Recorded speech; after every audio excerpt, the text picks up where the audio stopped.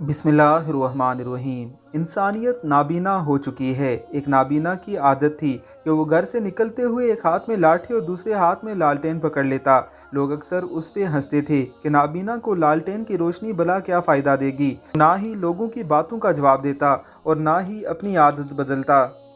एक शाम घर वापस लौटते हुए चंद आवारा लड़कों ने उसे घेर लिया और आवाज़ें कसने लगे, बाबा जी आप तो अंधे हैं, फिर ये लालटेन क्यों पकड़ के घूमते रहते हैं।